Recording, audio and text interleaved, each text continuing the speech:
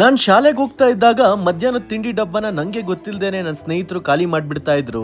ನಾನ್ ನಿಮ್ಮ ವೇರ್ವೀಟ್ ನ ಆಶಿಕ್ ಮಾತಾಡ್ತಾ ಇರೋದು. ಅಂತದ್ದು ನಮ್ಮನೆ ಡಬ್ಬಿಲ್ ದಿನ ಏನಿರ್ತಾ ಇತ್ತು ಅಂದ್ರೆ, ಒಂದಿನ ಒತ್ಶಾವ್ಗೆ, ಬುಟ್ಟಿ ಇಡ್ಲಿ, ಅಕ್ಕಿ ರೊಟ್ಟಿ, ಪಡ್ಡು, ಮೊಸರು ಕೊಡ್ಬೇಳೆ ಇರ್ತಾ ಇತ್ತು.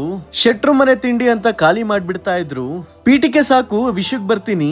ಜಯನಗರದಲ್ಲಿರೋ ಅನಂತ ಪ್ಯೂರ್ ವೆಜ್ ರೆಸ್ಟೋರೆಂಟ್ ಅಲ್ಲಿ ಶೆಟ್ರು ಮನೆ ತಿಂಡಿಗಳನ್ನ ಇಂಟ್ರೊಡ್ಯೂಸ್ ಮಾಡಿದ್ದಾರೆ. ಬೆಳಗ್ಗೆ ಒಚ್ಚಾವ್ಗೆ, ಬುಟ್ಟಿ ಇಡ್ಲಿ, ಅಕ್ಕಿ ರೊಟ್ಟಿ ಎಲ್ಲ ಸಿಗುತ್ತೆ. ಸಂಜೆಗೆ ಅಡಿಷನಲಿ ಮೊಸರು ಕೋಡ್ಬೇಳೆ ಮತ್ತೆ ಪಡ್ಡು ಇಂಟ್ರೊಡ್ಯೂಸ್ ಮಾಡಿದ್ದಾರೆ.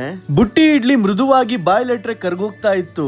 ಬೆಣ್ಣೆನೂ ಬೇಕಾಗಿಲ್ಲ, ತುಪ್ಪನೂ ಬೇಕಾಗಿಲ್ಲ, ಸಾಂಬಾರ್ ಜೊತೆ ಗುಳುಮ್ ಗುಳುಮ್ ಅಂತ ತಿನ್ಬಿಟ್ವಿ. ಇನ್ನ ಒಚ್ಚಾವ್ಗೆ ಅಂತೂ ಕ್ರೇಜಿ ಅನ್ಕೊಳ್ಳಿ. ಬಟಾಣಿ ಮತ್ತೆ ಮಾವಿನಕಾಯಿ ತುರ್ದ ಹಾಕಿರೋದು ಪ್ರತಿ ಬೈಟ್ಗೂ ಒಂಥರಾ ಮಜಾ ಕೊಡುತ್ತೆ. ಮೊಸರು ಕೋಡ್ಬೇಳೆ ಹುಳಿ ಹುಳಿಯಾಗಿ ಸಂಜೆ ಕಾಫಿ ಜೊತೆ ಮಸ್ತ್ ಕಾಂಬಿನೇಷನ್.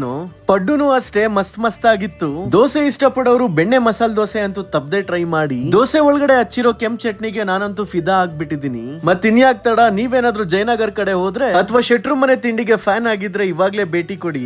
ಆಮೇಲೆ ನೀವೇ ಹೇಳ್ತೀರಾ ಜಯನಗರದಲ್ಲಿರೋ ಅನಂತದಲ್ಲಿ ಶೆಟ್ರು ಮನೆ ತಿಂಡಿ ಸೂಪರ್ ಆಗಿತ್ತು ಅಂತ.